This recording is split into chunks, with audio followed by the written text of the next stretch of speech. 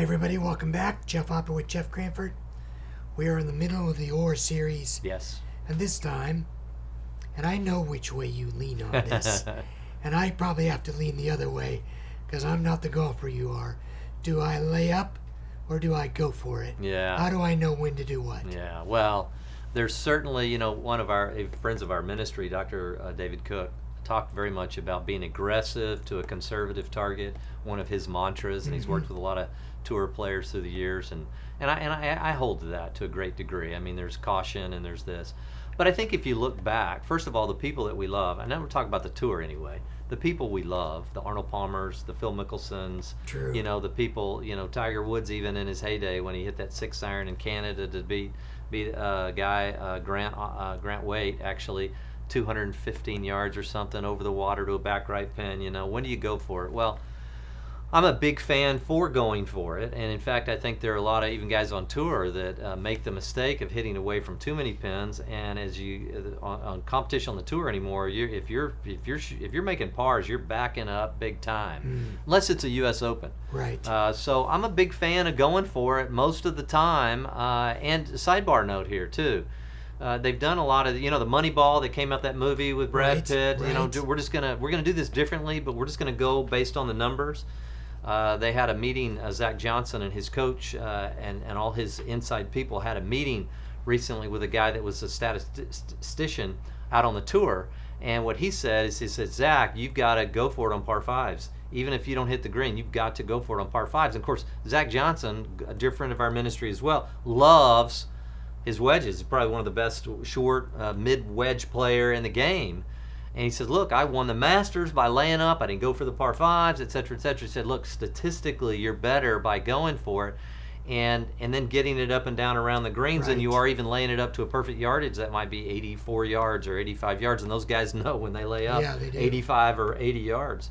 So, going for it. Are there times to lay up? There's no question about it. But anyway, at least on the tour. Now, if you're a 36 handicap, laying up might make a lot more sense because you don't have the skills that we're talking about. But yeah, in general, I think it's more fun to go for it. Well, let me ask you about faith, because there's something that happens sometimes in faith, especially, you give your life to Jesus and it's exciting. A lot of times you have this real sense of, wow, something has happened to me. And you can get caught up going for it all the time, running after the hot spots and the places where things seem to be happening. But there's an or there. You look around and there are people who've been walking in the faith for 50 years. Yeah. Steady, developed faith. Which one is better? Well, I am clearly, I believe in a long, steady, transformative journey, because I think a lot of times what happens is that when we lose and we go from spot to spot, I actually preached on this last weekend. There's a term called neophilia. It's someone who's constantly caught up in the novelty of hearing something new, always trying to hear something new. You get that a little bit in Acts chapter 17. They came together and they wanted to hear Paul, this babbler they called him, but they were always interested in sitting around and hearing something new. And yet there's a beauty in just this steady state. I'm going to take what God's dealing with me now, and I'm going to finish what he started in me, and then I'm going to go to the next thing. And I'm going to go, rather than, well, I'm off and I jump over to this and I jump over to that. There's a conference over here and this is very exciting, and then we're going to chase that, and there's a move of God going over here, and we're going to chase that. And people that jump around, I think they lose a lot, because I think one of the things that's very important is that the purpose of our journey, yes, it's to serve God, yes, it's to know him, but it's to be transformed into his image. And there were times, Jesus was steady state. He said, my time's not yet, he told his mother. Yeah. And there are other times he recognized the seasons in which he was, and he never left a season early.